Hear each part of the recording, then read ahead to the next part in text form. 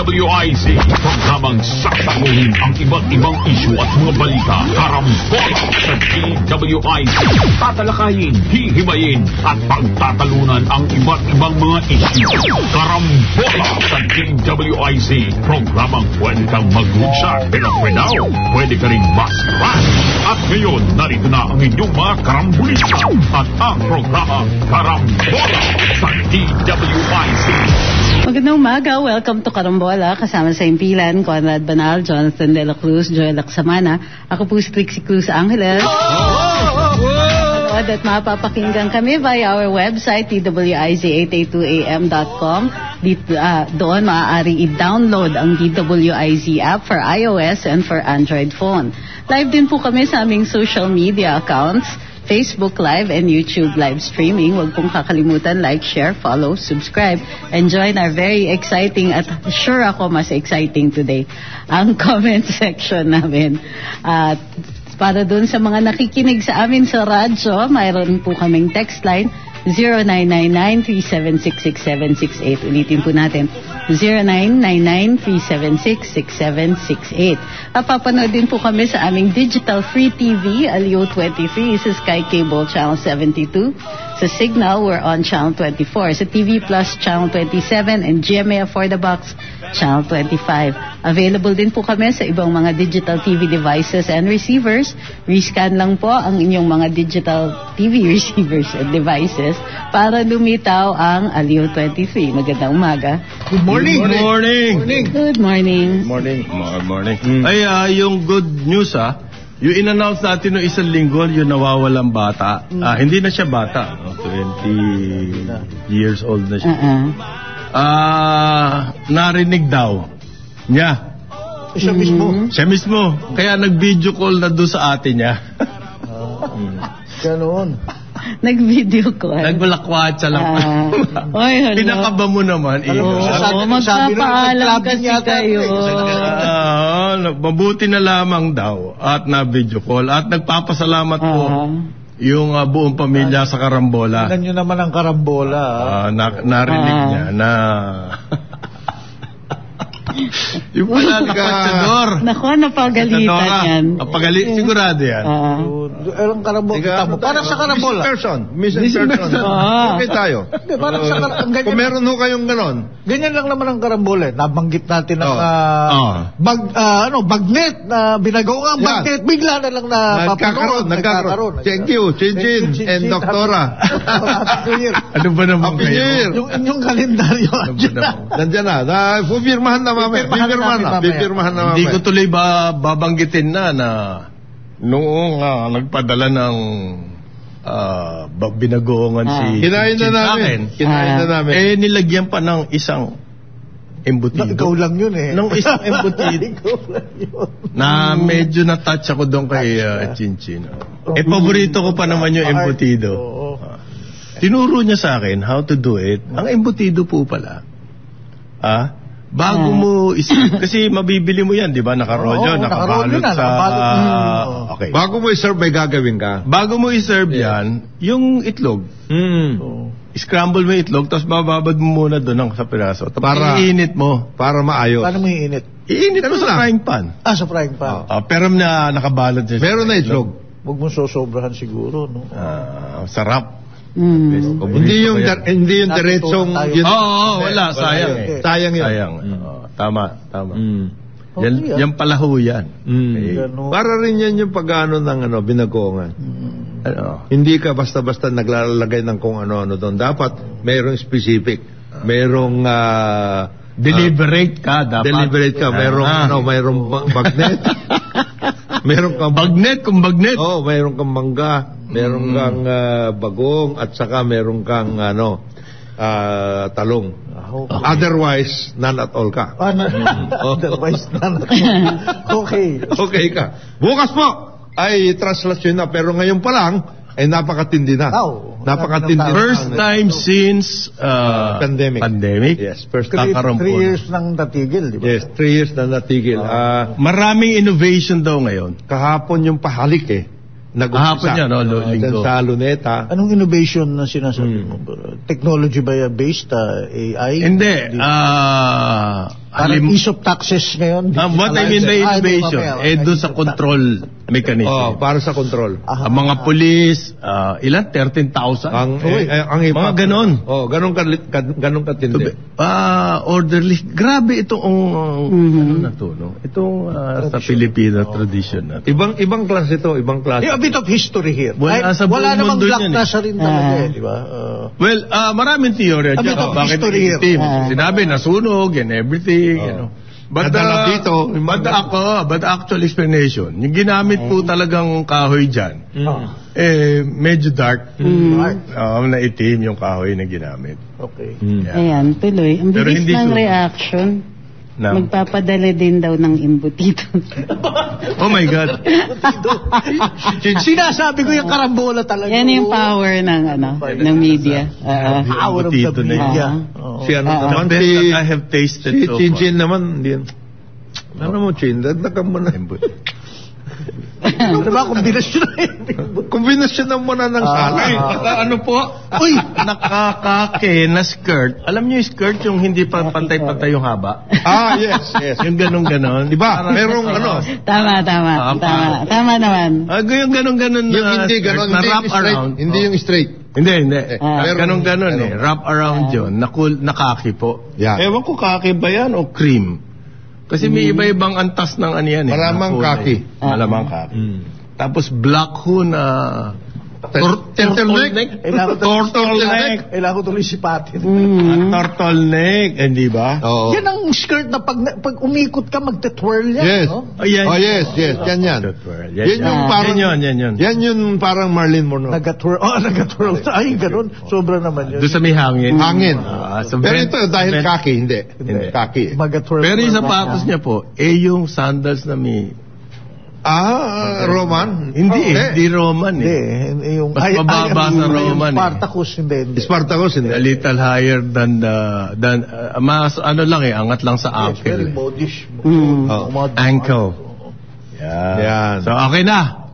Bayad na utang ko. Combined with the accessorized with the, meron siyang intricate na diver's watch. Yan. Na kakaiba. Diver's watch. Binabantay. Ba't gusto niyo binabantay? Madala ka makita babae nagsusot ng ganyang kalaking, pero kasama na is fashion. Ngayon, bago na ngayon. Yung mga malalaking relo suot-suot ng babae. case ng relo. Okay. Meron ka akong kaibigan, hindi na siya nagganon eh. Yung mismo nilagay na niya dito. Ano yun, yung diver's? Timepiece. Timepiece. Sabi ko, tartado ka talaga. Birthday, birthday. Wala. Okay. Yung bata mo. Good news agad tayo, pare. May babatiin ako Sino? nakita ko kahapon. Siya ang dating Marine Commandant ng Philippine Marine. General Alvin Pareño. Ngayon siya na pala ang Chief of Security ng buong Bangko Sentral ng Pilipinas. Ngalan 24 outlets daw yan. Ikot daw siya na ikot. Ganun talaga. Hindi, kailangan yun. Lalong-lalo na Bangko Sentral yan. Alam mo ba, Bangko Sentral taga-deliver ng cash? Oo. Muntik-muntik yan si General Alvin maging Customs Commissioner. Medyo na nakita ko para humihinga siya ng maruwag. Hindi natuloy. Originally siya. Kasi first appointment. Kasama dapat ni Atty. Trix yun. Ano yan? Kasi aid ni Ben. Ben Jokno. Ano sila ganyan? Malapit siya kay Secretary Jokno. Kumbaga parang si Greg Katapang, ganun sila ni Boy. Yes, ganun, something like that. Yan ang mga lakaran dyan. Yan ang mga lakaran nila dyan. Hi, Alvin. Nice seeing you yesterday. Yes. Pare, good news agad. Good news! Ang inflation bumagsak na po. Na-break na yung... Akala ko good news mo yung DTI, yung mga... Kasama yun. Pero yung DTI kasi, puro press release eh. Ito, tunay na nangyari. Okay, sige. Kumbaga, ito, totoong buhay. Okay. Yung sa DTI, fiction eh. Para naman pelikula. Inflation po, na-pierce. Ibig sabihin, natagos. Yung hirap na hirap tayong 4%. Nag 3.9% noong Disyembre. Good numbers. Maganda yun. Sana nga tuloy-tuloy na. Magandang numbers yan. No? Kasi yan po ang nakakaantala sa ating progress inflation. At ang buong taon ho, 6%. Not bad. So buong taon ng 2023, 6%. Sa Disyembre, 3.9. Yun ang mahalaga doon. Yun na tagos na yung 4%. Pero meron hong kulatilya yan kasi although ang inflation ay 3.9% noong Disyembre, ang problema yung bottom 30% ng mga pamilya, big sabihin ho yung mga pinakamabababa ang kita, mas matindi ang epekto ng inflation sa kanila. Kumbaga, yung 3.9 sa atin, sa kanila, umaabot yan ng 6.7. 5 to 6.7. Po. Ano explanation dyan? Kasi malaki ang timbang ng bigas sa kanilang gastusin. So, yung pagtaas po ng bigas, presyo ng bigas, mas nararamdaman doon Sa baba. Sa baba. Which is expected. Kasi ganun ka-importante ang bigas sa atin.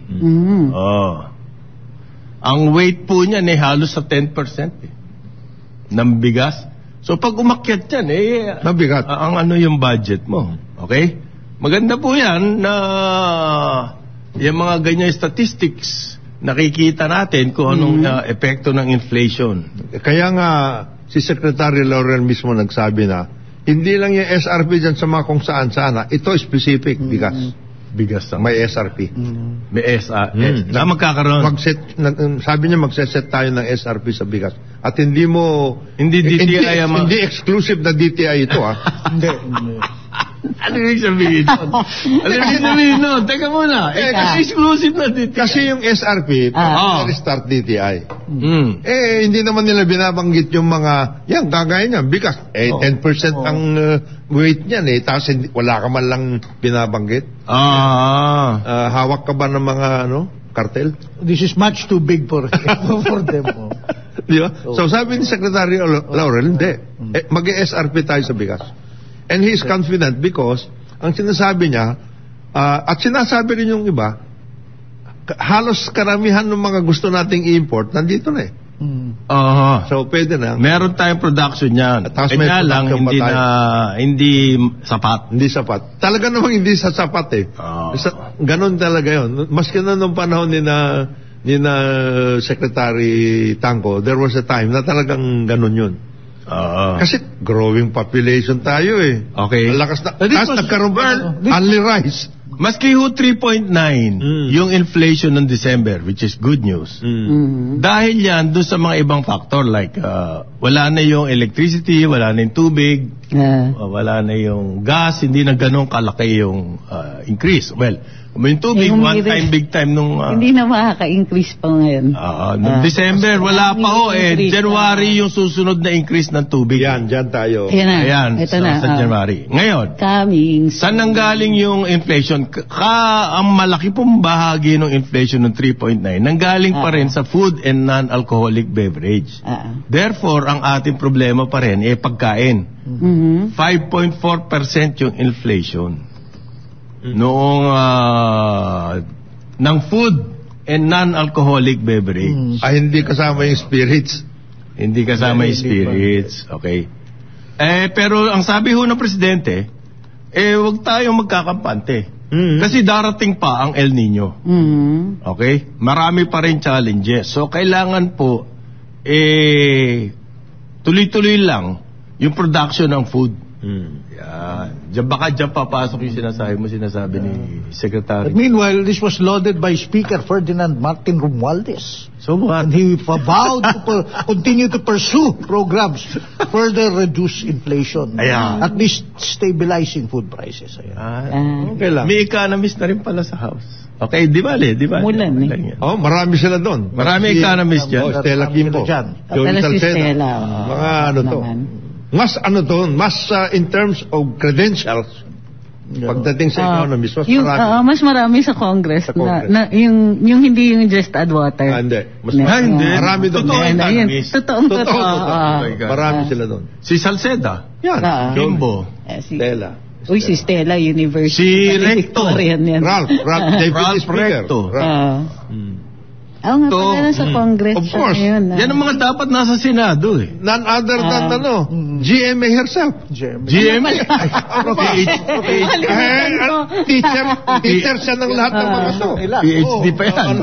Ano pang gusto natin? Of course, yung mga iba doon, mga bankero pati, marami. So nangangako daw po ang DTI na yung mga nag-a-apply ng increase ng presyo, ite-temper daw niya yan ite-temper. How do you temper? Hindi, madali, pare. Madali ang temper. Ang tempering ng SRP, madali. Madali? Paano? Ito kung dati 10% ang ating usapan, 5 na lang. 5 na lang. Okay na yan. Liitan nyo na lang. Yun na nga, kaya nga 5%. Kaya 5%. Sabi po ng DTI, yan daw po kapag nililiitan, halimbawa yung sardinas, binabawasan nyo yung timbang, pero pareho rin ang presyo. Bago nyo raw gawin yan, kailangan kayong humingi ng permission from the Department of Trade and Industry. Kalokohan yan. Bakit? Kalokohan yan. Sabi po yan ng DTI. Kung hindi raw po, paparusahan kayo ng DTI. Ganito ang manufacturing, for your info. Okay. Lalo na yung canned goods. Nakaset up na ho yan. May sistema na yan. At nakalaki na diyan. Ano na yan? Sabi niya, you will have to prove your price adjustments. We cannot give our concurrence or approval. Hindi naman in-adjust yung price Hindi naman in-adjust, yun lang laman. Kinontian lang yung laman. Kailangan daw ng approval ng DTI yan. Hindi kaya yan. Pagtaktak nung sardinas, hindi, paano lang lumabas, Hindi nga pwede yun kasi nakaset na nga yun. Hindi pwede, nakalagay na tatanggalin mo. Nakita mo ba yung yung process? Process, yung assembly line. Yung assembly line yan eh. Anong ibig sabihin? Papasok ka doon? Oy. Huwag mong lalagyan ng 3 yan. Lagyan mo ng 4. Hindi, tsaka pare, kung ano ang laman ng kung ano ang laman ng may human intervention. May human intervention, may assembly line. Kung ano ang laman kasi ng halimbawa dilata, nakalagay sa labas yan. Sa labas. O ilan ang weight yan. Nagdadaya ka ba? Hindi. Sabi mo, itong weight, itong presyo. Ganun yan. So, kapag binawasan mo yung weight, ibig sabihin nun, you violated yung SRP or what? Ang pwede mo lang gawin... Anong legal basis ng DTI to say na kailangan mo nang... Ang pwede mo lang gawin dyan, post-production. Pwedeng, inspectin mo yung lumabas out of the assembly line. Hindi pwedeng, nandun ka, may inspector kayo sa assembly line. Mamaya magkaroon pa ng COVID yung inspector dyan. Pinakialaman mo. Pinakialaman mo yung assembly. Saka yung price adjustment ng SRP. Kailangan ba talaga yun? Kumbaga, itong DTI, yung kanyang power, labas na doon sa batas, ine-exercise niya pa. Yung SRP na yan. Totoo ba yan meron silang power? Yung weight ng product. By the nature, is suggested retail price. It's only a guide. Kaya nga SRP. Diba? Bakit ngayon paparusahan nila niliitan? Palitan nila yung pangalan, price control. Meron kasi price control council Yeah, so pwede naman sila magsabi. Why do they use the term SRP? Kasi may mga matitrigger na reaction. Kasi baka daw may deception. Wala nga deception dahil nakalagay naman sa label. O paano nyo masasabi ngayon na violation yan? Ang pinakamagandang gawin ng DTI, dagdagan ninyo yung mga po pwedeng pumasok sa halimbawa luncheon meat or whatever. Yung mga production facilities dito, baka pwede. Pare, tulungan ninyo sila. Ewan ko nararamdaman mo rin to. Kasi po, ang DTI, ang attitude, napakamali. Penalties. Puro mga ganyan, violation. Imbes po na Di ba? Mag-develop kayo ng talagang industry. Yes. Encourage, facilitate, investments in food manufacture. Pakilala mo si ganyan. You are giving incentives nga. You are supposed to be an incentives giving agency. 1.5 trillion daw ang incentives na ibibigay nila ngayon. Nakita mo na. Saan yun nilalagay? Yan daw i-re-register nila in 2024. Ganun eh. Ano kaya mga sektor yan? Oh yes. 1.5 trillion daw ang kanilang target. Naks. Yun ang hindi napit. At anong gagawin nyo para ma-achieve yung target na yun? Yun ang gusto natin malaman. Madali mag-set ng target eh. Okay. Target, madali. Dali yan. Hindi naman sinabi imi-meet nila kayo. Nagseset lang ng target. Ang mas importante pong balita, paano nyo tatamaan yung target na yun? Yan. Dito naman, sa goods na to, puro penalties, violation, ganyan na narinig namin. Ako hindi na lang I mean, kung success story. Solution ba yun? Yung kanilang mga press release. Mga success story. Ang dami. Si Aling Maria ngayon produces 1 million bottles para export. Tama. Dahil may ganun. Mga ganun ba? Hindi yung naka-chaleco kayo, meron kayong menu ng mga presyo, nasa palengke kayo. Okay pa sa akin. Akala ng mga tao, yun ang tuloy yung trabaho nyo talaga eh. Puro violation ng mga naririnig natin eh. Hirap. Kagaya niya, nagkaroon na ng innovation yung Bunoan Bangus. Yung dinala ni, ko yung dala ni Dennis. Sarap, Dennis, hindi namin sinasabi na adobong flavor ng bangus. Alam mo, I don't have enough evidence to make a conclusion. 2 bote lang eh. 2 bote lang. Hindi. Dennis. Tama ka rin naman. Pag 2 bote, mahirap pumasa. Mahirap patansya. Kasi makikipag-agawang ka pa doon eh. Tama. Ilang kami doon. Sa 2 bote. 2 bote. Dennis? 3 bote, kayang-kaya ko eh. Paano pa yung mga kasama ko? Nako. Narinig na kaya ni Dennis to? Ni Dennis to? Baka hindi pa. Hirap yung may ruling. Ay, by the way, makikiramay kami sa pamilya ng Dizon sa Davao. Yung kanilang picture, si Sunny Dizon. Namatay po sa Dizon Farm. Yes. Dizon Farm. Yun yung pomelo. Yun yung reason kung bakit nakakakain ako ng pomelo dito. Dizon Farm. Sa motor accident. Road accident. Wow. Oh no. Nakikiramay po kami sa inyo. Three-wheeler, nawalan siya ng control, nag-swerve sa opposite lane, and packs back, head on. Alam mo yung mga ganyan, nag-swerve sa opposite lane. Wala ka man magagawa niyan, biglaan ka nun eh. Pati yung kasalubong mo, na rin yun. Sila po yung siya po yung may-ari ng Dizon Farms. At saka yung resort, yung Apo Highland Resort. Active yan dyan sa Amcham, dyan sa Mindanao. Okay. Grabe. Nakikiramay kami sa Dizon family. Bata pa. 69 years old. Bata yun. Matanda lang ng konti. Konti. Pero yung kiramay tayo ng kay Sunny, saka sa Dizon family. Alam mo ang dami nangyayari sa Davao. Alam mo ang diyan sa pagdating sa production. Si Marvin Manuel Enrique Salamea. Apusto ng LRs, yung may-ari ng LRs. Lechon. Parang nag-innovate siya. Okay. Aside from breeding better native, mas native na pig para sa lechon. Yes. Mas malinamnam. Mas may lasa. At meron siyang ginagawa ngayon para magkaroon ng mas malaki pa na farm. Native. Tapos nag-breeding sila, and then he's going to work out with various cooperatives para mag-breeding. Parang Marlen, please be prepared. Para lang sa lechon yan? Para sa lechon. Okay. Ngayon, specific ang market mo, lechon. Tapos may factory siya ng lechon. Yung hindi na yung laloma. Hindi. Meron siyang factory talagang workout. And then, in addition to that, magkano siya ng delata na lechon, pare. Wow. Dilata. Dilatang lechon. Hindi na malutong yun. Hindi.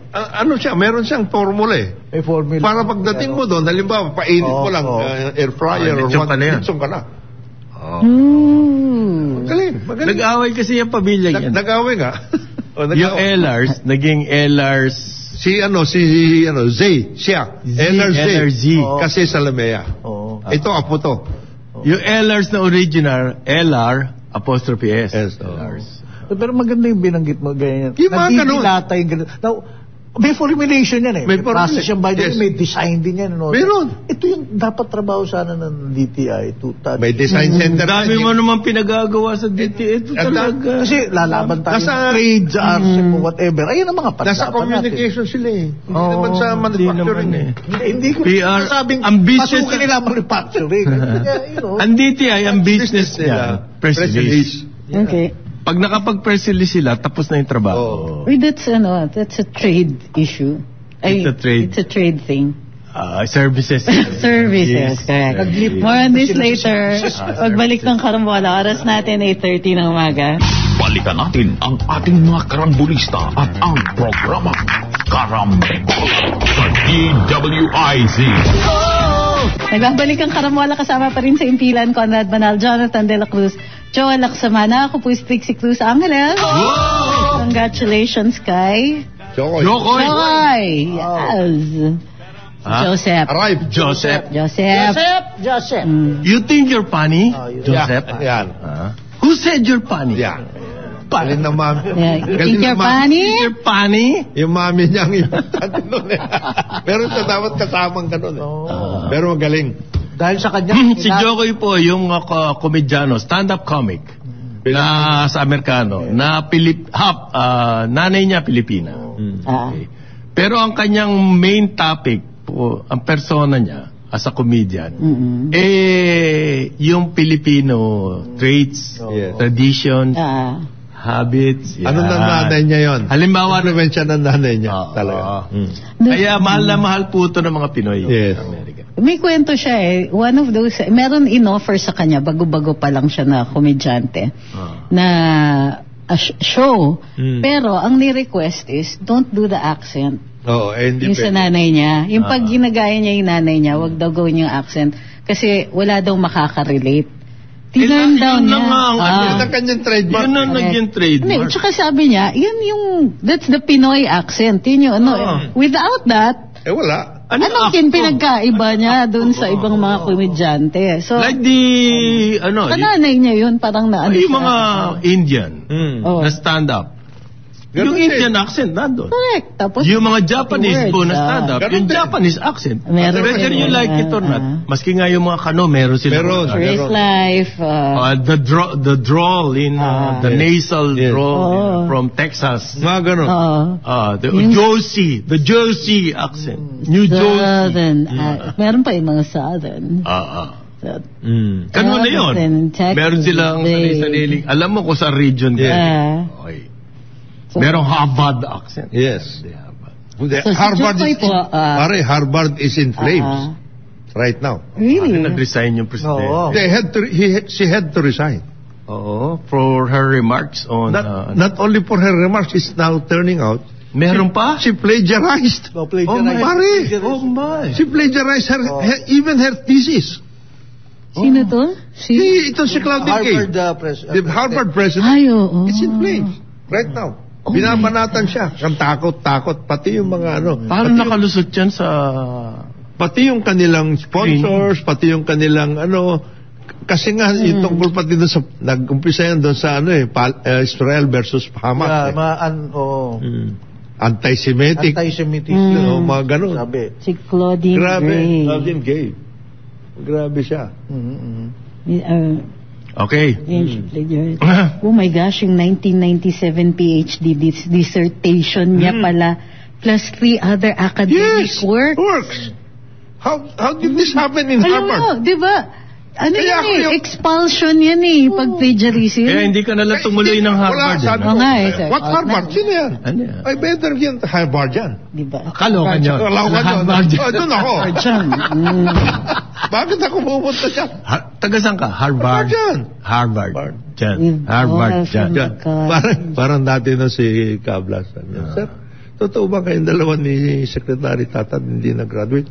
Excuse me. Graduate kami. Ako Quezon Colleges. Quezon Colleges. Saan yun? Diyan lang. Chun-chun lang. Hindi, si Cablas, School of Hard Knocks. Yes. Yan, School of Life. Tatlong magagaling yan. Adrian, Cablas, Kitata. Mga... Wala ka naman masasabi tungkol sa kanila abilidad. Recto. Diba? Claro Recto?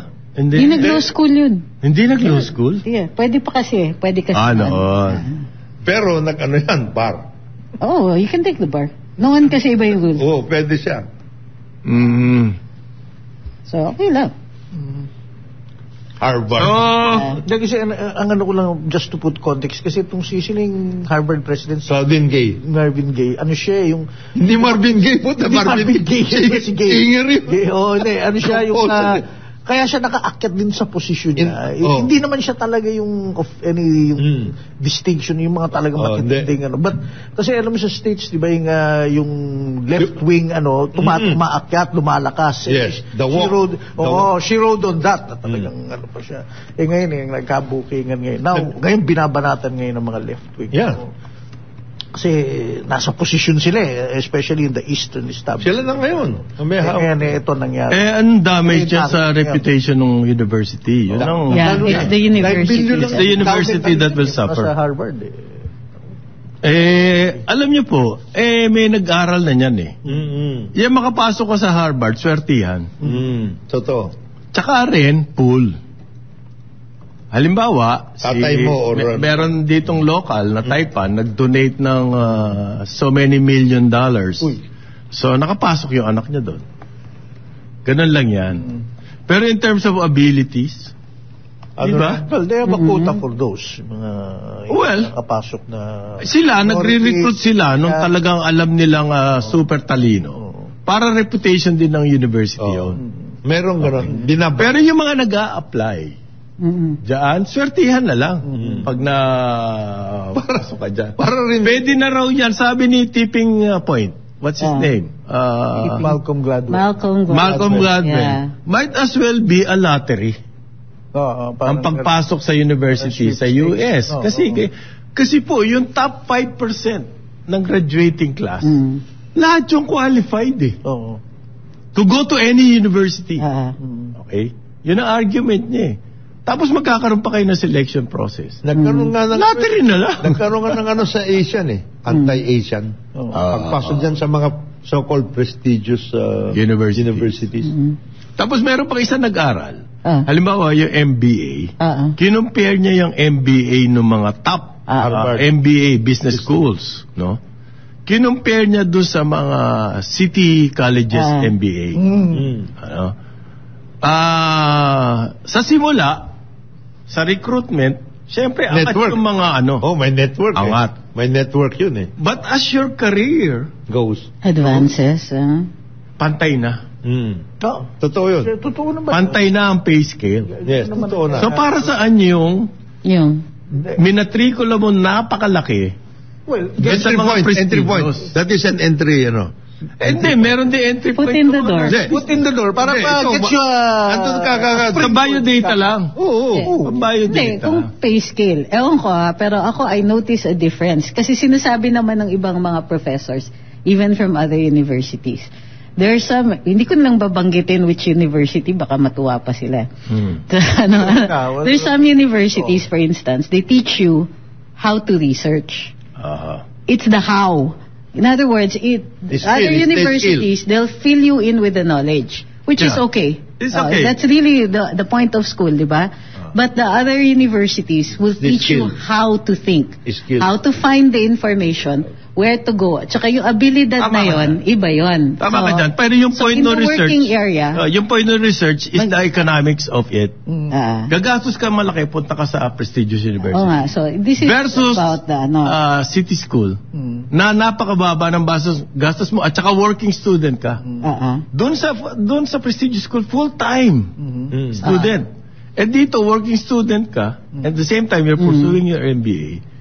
There will come a time pareho lang kayo na sweldo. Is this specific to MBAs? MBA ang sabi. Hindi lang yung undergraduate. Hindi MBA. Paano yan? Comparing the high-end, prestigious, Pero in the case of, originally in the case of accountancy, ganyan, etc. Pare PUP. Hindi, maski na... Hindi ako, I would hire PUP kasi... I would hire PUP students kasi they know where to go. At saka, for the information. Then, tsaka gutom At saka hindi yan. Hindi yan yung mga after office nandiyan sa party. Ito, trabaho. According to a survey, paring Jonat, ayunan ko lang yung sinabi mo. According to a survey, most sought after PUP graduates. I would hire them. Talagang yan. Especially the engineering courses. Talaga, engineering. Kasi polytechnic yan eh. Oo. Yes. So, accountancy, they pride themselves sa mga technical courses. I agree. Okay. And hindi, kahit the average PUP student is ito yung conclusion. Finally, yung conclusion ng gumawa ng study sa MBA. Sabi niya, hindi mo malalagay dyan kung saan ka eskwela galing. Yung drive. Yes. Drive. Important. Grit ang tawag. So sabi niya, yung mga nag-enroll sa city schools, nagtatrabaho na, impulso pa lang, alam mo nang may drive yan. Dahil nagtatrabaho ka na, kumikita ka na, pero gusto mo pang mag-MBA, automatic alam mo may drive. Di ba? Yun ang number one factor daw po in the workplace. The drive. Yung drive ng tao. Pwede natin ihalin tulad dyan sa mga estudyante ng PUP. Alam mo na disadvantage yan. Talagang nagsisikap yan. Yung mga yan, working students, karamihan dyan. Working students. Nandoon yung drive. So pag tinanong mo yung mga negosyo rito, bakit gusto nyo ng PUP? Proven na yan. Na may drive. I agree. Alam mo na agad na kahit anong mangyari, lalaban at lalaban. Sabi nga nila, diba, the difference between an average student and a student who will succeed later on in life is grit. Yeah. Yung ability mo to survive. Yan. Yung hindi ka higan lang iyak ka. Oo. Ano? May mga ganun naman, meron bang ganun? Hindi talaga. Tsaka if your parents raised you to make sure that you will survive kahit wala sila, yun yung magsasucceed. Nanunumbong agad sa Senate President, yung gano'n. Ganun ba tingin mo? Nasabi mo, konting lang agad kay Senate President. Kung hindi, kung hindi, ang gagawin bigyan kita na incentive, maglaro ka rito. Kailangan incentivized. Alam mo ba, may sahod na ngayon ng mga... Wala na student-athlete ngayon. Professionals na lahat. Yung mga naglalaro. Yung mga nasa probinsya na lang. May sweldo na yan. Huling balita ako, 50K. What?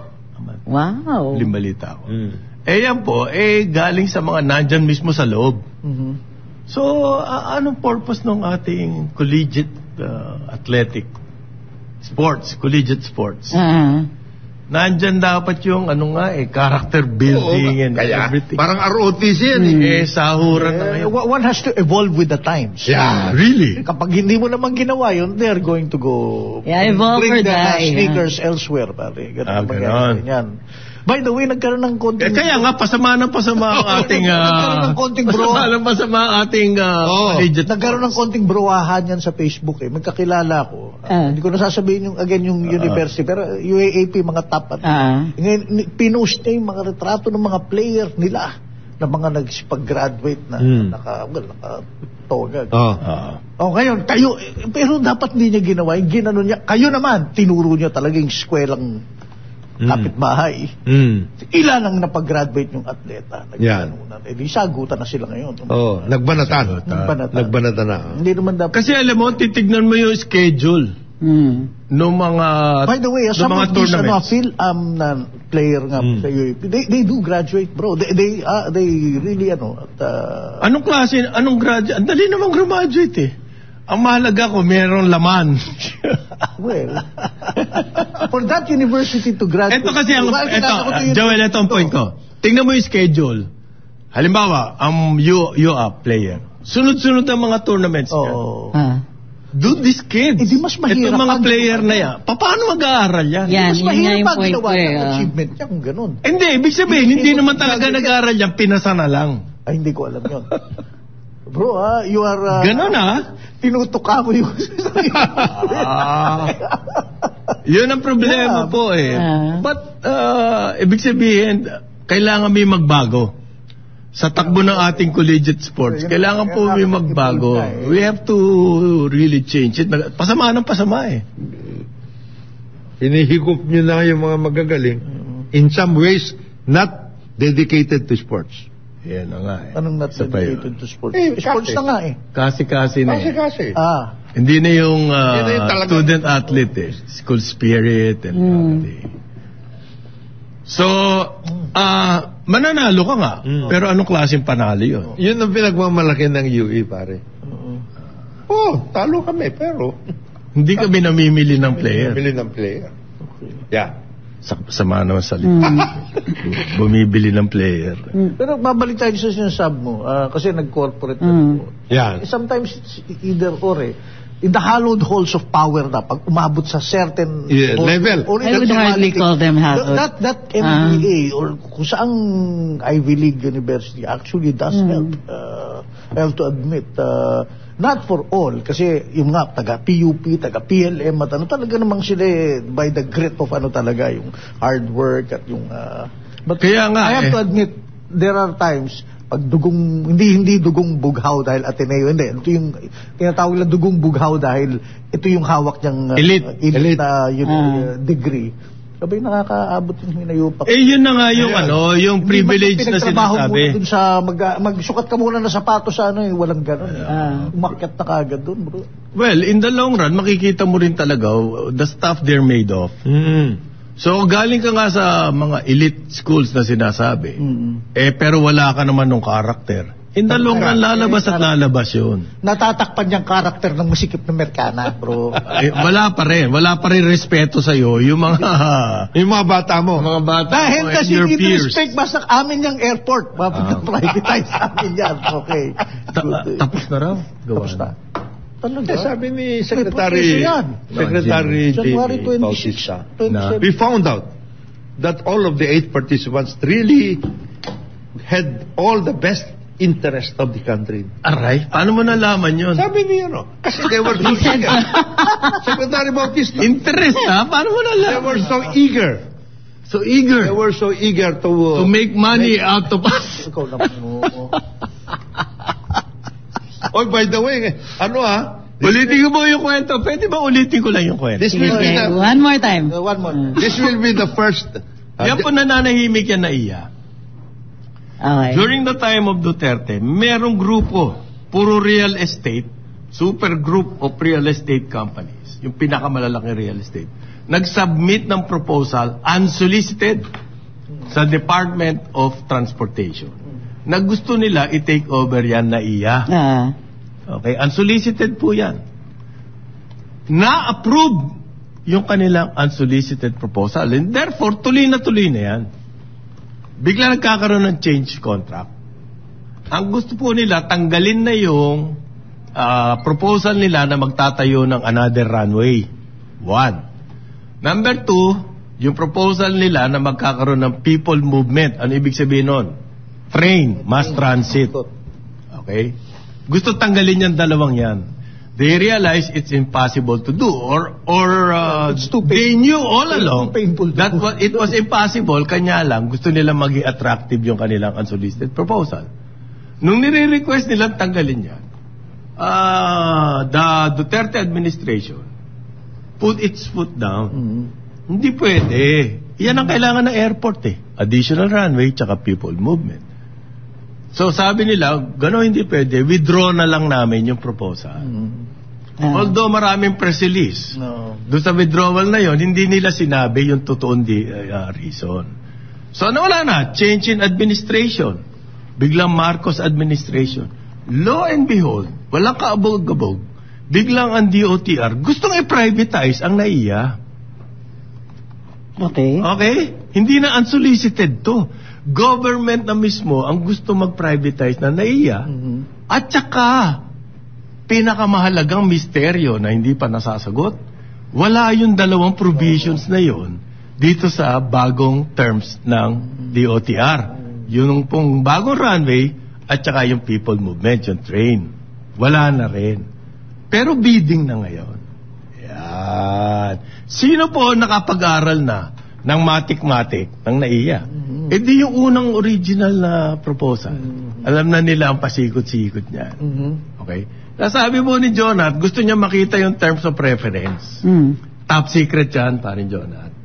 Never? Hinahanap kahit sino. Maski yung atang nag-bid, hindi nila alam kung ano yung terms of reference. Bumili kayo ng bid documents, hindi nyo alam ang terms of reference. May problema na kayo. But anyway. Secret. So yan ang ating NAIA privatization. Nagkalokohan, in other words. Makikita natin na mabuti yan kasi first day in office ngayon ng bagong acting general manager ng MIA. Si parang Eric Ines. Ang target daw po ng DOTR by September, nasa private sector na yan NAIA. Ibig sabihin mamadaliin nila by September. Kaya nga we are excited. Yes. Kasi pati si Sec Jimmy biglang naging excited eh. Oo, sabi niya, they showed real interest in the bidding. Okay. All eight of these Sige, bigyan ng chance. Talagang na workout, etc. And I have every reason to believe that they will really prove it. Pagkakaroon niya ng old world charm. Old world charm. Na airport. Di ba pwedeng Venetian canals. Glass and chrome, modernist approach. Rainforest. Since after all, it's an airport. Okay. Ito pare, meron isang taga PUP. Proud to be a PUP graduate. Masipag talaga. Proven. Sa pagpila pa lang pag-enroll, napaka-challenging na. This is totoo. Bakit? Ang dami talaga doon na Anong pinagkaiba namin sa inyo? One of the biggest. Tapos pag ang classroom mo nasa 4th floor pa, walang elevator. So, lalakarin mo yan. Same with UP. Teka, parang UP yan UP rin, 4th floor kami. Umakit kami hagdanan. Masasanay ka talaga lalo na sa AS. Kaya grabe, there's one time magkasunod klase ko, 4th floor ng AS, 3rd floor ng Annex. Second floor ng Annex. Late ako every day dun sa second class. That was before. Ngayon magkaiba na. Kasi sa PUP,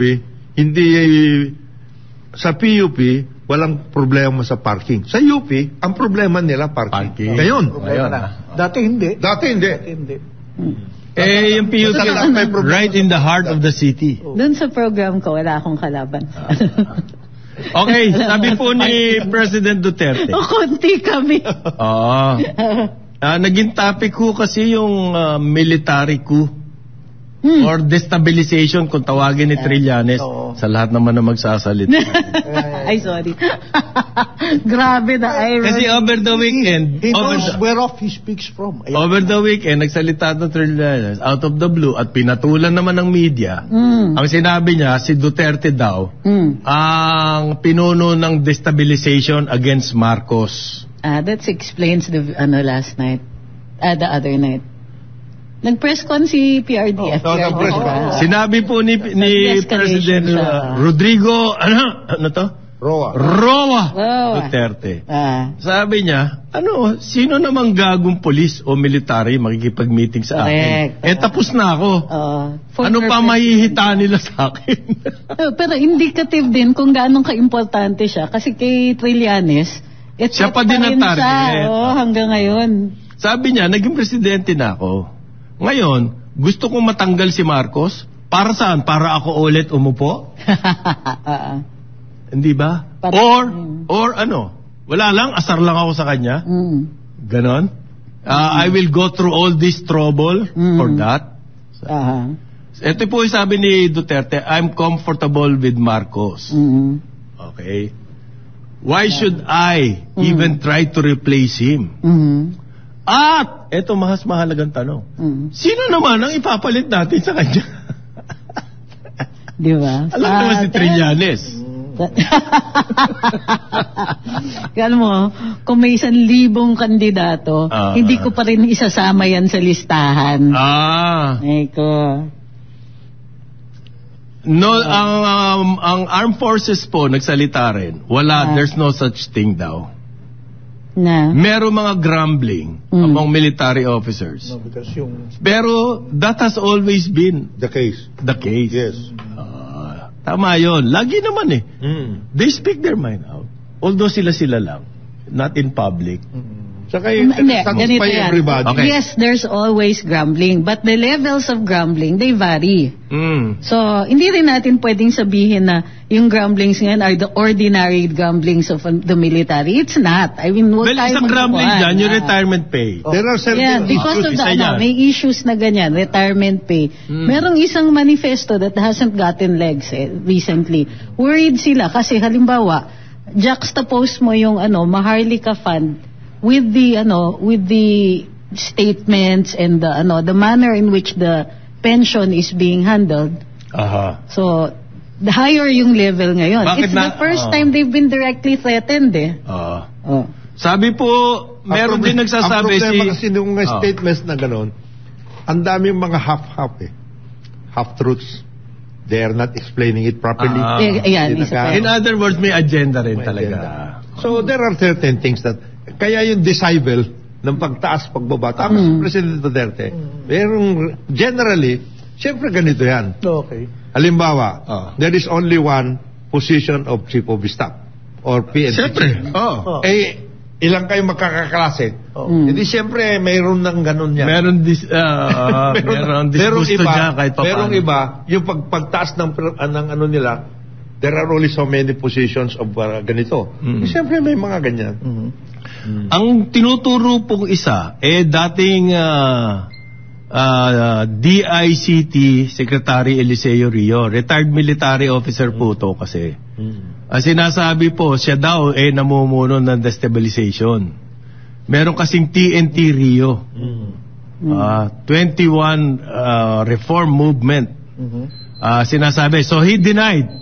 Hindi po ganyan. Ang gusto talaga niya movement na yan reform. Okay. Hindi tanggalin si Marcos. Hindi take over. Magkakagulo na naman tayo? Bakit ba gusto niyo magkakagulo tayo lagi? Sige, more on this later. Pagbalik ng Karambola, oras natin 9 o'clock na umaga. Karambola! DWIZ